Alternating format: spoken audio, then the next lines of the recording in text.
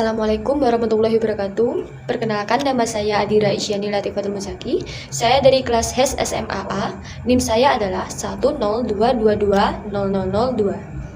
Di sini saya akan menyampaikan beberapa materi tentang Komite Nasional Ekonomi dan Keuangan Syariah serta kebijakan produk halal. Komite Nasional Ekonomi dan Keuangan Syariah atau biasa disingkat dengan KNEKS adalah lembaga non-struktural yang dipimpin oleh Presiden sebagai ketua dan Wakil Presiden sebagai ketua harian yang akan menjadikan Indonesia sebagai pusat ekonomi syariah terkemuka dunia tahun 2024. Dibentuk berdasarkan Peraturan Presiden Nomor 28 Tahun 2020 tertanggal 10 Februari tahun 2020. Sejarah pembentukan KNEKS. Dalam rangka mendorong percepatan pengembangan sektor keuangan syariah, pemerintah Indonesia secara khusus mendirikan KNKS melalui Peraturan Presiden Nomor 91 Tahun 2016 pada tanggal 8 November tahun 2016 untuk meningkatkan efektivitas, efisiensi pelaksanaan rencana pembangunan nasional bidang keuangan ekonomi syariah. Selanjutnya, sejak diundangkan Peraturan Presiden Nomor 28 Tahun 2020 tanggal 10 Februari tahun 2020, pemerintah melakukan perubahan Komite Nasional Keuangan Syariah menjadi Komite Nasional Ekonomi dan Keuangan Syariah yang bertujuan meningkatkan pembangunan ekosistem ekonomi dan keuangan syariah guna mendukung pembangunan ekonomi nasional. Tugas dan fungsi KNEKS. KNEKS mengemban tugas untuk mempercepat atau memperluas dan memajukan pengembangan ekonomi dan keuangan syariah dalam rangka mendukung ketahanan ekonomi nasional. Fungsi dari KNEKS adalah 1. Pemberian rekomendasi arah kebijakan dan program strategis pembangunan nasional di sektor ekonomi dan keuangan syariah. 2. Pelaksanaan koordinasi, sinkronisasi, sinergisitas, penyusunan dan pelaksanaan rencana arahan kebijakan dan program strategis pada sektor ekonomi dan keuangan syariah. Ketiga, perumusan dan pemberian rekomendasi atau penyelesaian masalah di sektor ekonomi dan keuangan syariah. Yang keempat, pemantauan dan evaluasi atas pelaksanaan arah kebijakan dan program strategis di sektor ekonomi dan keuangan syariah. Struktur kepemimpinan KNEKS. KNEKS dipimpin oleh Presiden Republik Indonesia sebagai ketua, sedangkan Wakil Presiden Republik Indonesia sebagai wakil ketua selaku ketua harian, Menteri Keuangan penjabat sebagai sekretaris merangkap sebagai anggota. KNEKS memiliki 16 anggota yang terdiri dari 3 menteri, koordinator, 7 menteri, 3 lembaga pemerintah, dan 2 instansi lainnya. Isu utama ekonomi dan keuangan syariah. Indonesia merupakan negara dengan mayoritas muslim terbesar dan jumlah institusi keuangan syariah terbanyak di dunia. KNKS hadir sebagai katalisator dalam upaya mempercepat, memperluas, dan memajukan pengembangan ekonomi dan keuangan syariah dalam rangka memperkuat ketahanan ekonomi nasional. Baik, selanjutnya kita masuk ke materi yang kedua, yaitu tentang kebijakan produk halal. Pengertian kebijakan. Menurut Heklo tahun 1977, kebijakan adalah cara bertindak yang sengaja dilaksanakan untuk menyelesaikan masalah-masalah. Pendapat ini menyatakan bahwa kebijakan adalah tindakan yang dilakukan untuk menyelesaikan suatu permasalahan. Menurut Anderson tahun 1977, kebijakan adalah suatu tindakan yang mempunyai tujuan yang dilakukan seorang pelaku atau sejumlah pelaku untuk memecahkan masalah. Pengertian produk. Menurut Clotter dan Keller tahun 2009, produk yang adalah segala sesuatu yang dapat ditawarkan kepada pasar untuk memuaskan suatu keinginan atau kebutuhan, termasuk barang fisik, jasa, pengalaman, acara, orang, tempat, properti, organisasi, dan ide. Pengertian halal. Halal menurut Wikipedia adalah objek atau kegiatan yang diizinkan untuk digunakan atau dilaksanakan dalam agama Islam. Istilah halal dalam kosakata sehari-hari sering digunakan untuk menunjukkan makanan dan minuman yang diizinkan untuk dikonsumsi menurut Islam, baik menurut jenis makanannya maupun cara mendapatkannya. Syarat-syarat makanan halal dalam agama Islam. Pada dasarnya, segala jenis makanan yang berasal dari tumbuhan berupa sayuran, buah-buahan, dan hewan adalah halal, kecuali makan makanan yang telah Allah sebutkan dalam surat Al-Maidah ayat 3, yang artinya diharamkan bagimu memakan bangkai darah, daging babi, daging hewan yang disembelih atas nama selain Allah, yang tercekik, yang terpukul, yang jatuh, yang ditanduk, dan diterkam binatang buas, kecuali yang sempat kamu menyembelihnya, dan diharamkan bagimu yang disembelih untuk berhala. Regulasi kebijakan makanan halal di Indonesia.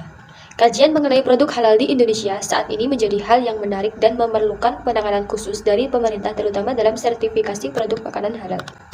Mengingat Indonesia merupakan negara yang mayoritas penduduknya beragama Islam, maka pemerintah sebagai pihak yang memiliki kewajiban untuk menjamin kemerdekaan tiap-tiap penduduk dalam memeluk agamanya dan beribadat menurut agama dan kepercayaannya.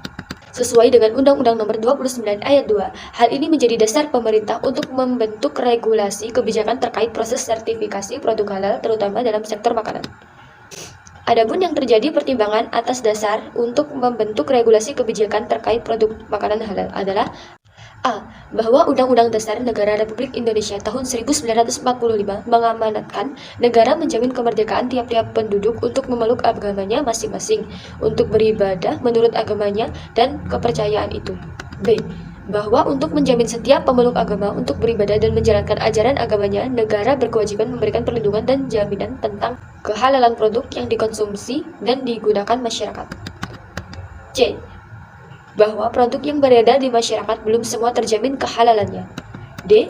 Bahwa pengaturan mengenai kehalalan suatu produk pada saat ini belum menjamin kepastian hukum dan perlu diatur dalam suatu perundang-undangan. Ketentuan mengenai tugas, fungsi, dan susunan organisasi Badan Penyelenggara Jaminan Produk Halal diatur dalam Undang-Undang Nomor 33 Ayat 5 sebagai berikut. A. Pemerintah bertanggung jawab dalam menyelenggarakan JPH. B. Penyelenggaraan JPH sebagaimana dimaksud pada ayat ke-1 dilaksanakan oleh Menteri. Untuk melaksanakan penyelenggaraan JPH sebagaimana dimaksud pada ayat ke-2 dibentuk BPJPH yang berkedudukan di bawah dan bertanggung jawab kepada Menteri. C. Dalam hal diperlukan BPJPH dapat membentuk perwakilan di daerah. D. Ketentuan mengenai tugas, fungsi, dan susunan organisasi BPJPH diatur dalam Peraturan Presiden. Sedangkan wewenang penyelenggaraan jaminan produk halal atau disingkat dengan JPH diatur pada Undang-Undang Nomor 33 Tahun 2014 Pasal 6 dan penyelenggaraan JPH BPJPH berwenang A. Merumuskan dan menetapkan kebijakan JPH. B. Menetapkan norma, standar, prosedur, dan kriteria JPH. C.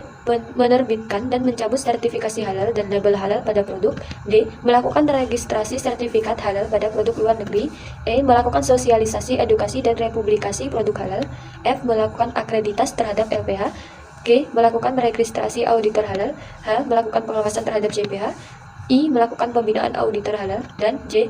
Melakukan kerjasama dengan lembaga dalam dan luar negeri di bidang penyelenggaraan JPH. Dalam pelaksanaan wewenang sebagaimana yang dimaksud, Badan Penyelenggara Jaminan Produk Halal bekerja sama dengan kementerian dan lembaga terkait. Hal ini diatur dalam Undang-Undang Nomor 33 Tahun 2014 Pasal 7. Dalam melaksanakan wewenang sebagaimana dimaksud dalam Pasal 6, BPJPH bekerja sebagai A. Kementerian dan atau lembaga terkait. B. LPH. C. MUI. Undang-Undang Badan Penyelenggara Jaminan Produk Halal resmi beroperasi pada Kamis tanggal 17 Oktober 2019. Hal ini sesuai dengan Pasal 67 Undang-Undang Nomor 33 Tahun 2014. Yaitu antara lain A. Kewajiban bersertifikat halal bagi produk yang beredar dan diperdagangkan di wilayah Indonesia sebagaimana dimaksud dalam Pasal 4 mulai berlaku 5 tahun terhitung sejak undang-undang ini diundangkan. B. Sebelum kewajiban bersertifikat halal sebagaimana dimaksud pada ayat ke-1 berlaku, jenis produk yang bersertifikat halal diatur secara bertahap.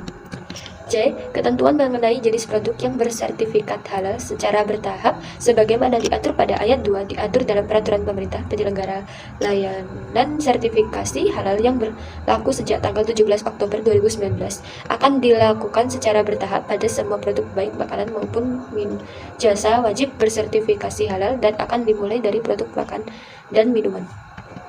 Adapun pertimbangan dari kebijakan sertifikasi halal yang dilakukan secara bertahap yaitu A. Sudah ada produk yang bersertifikasi halal sebelum diberlakukannya Undang-Undang Nomor 33 Tahun 2014. B. Kesiapan pelaku usaha dan infrastruktur pelaksanaan jaminan produk halal. C. Makanan dan minuman menjadi prioritas karena merupakan kebutuhan primer dan dikonsumsi secara masif. Cukup sekian materi yang bisa saya sampaikan. Jika ada kurang lebihnya saya mohon maaf. Wabillahi muwaffiq ila aqwamit thoriq. Wassalamualaikum warahmatullahi wabarakatuh.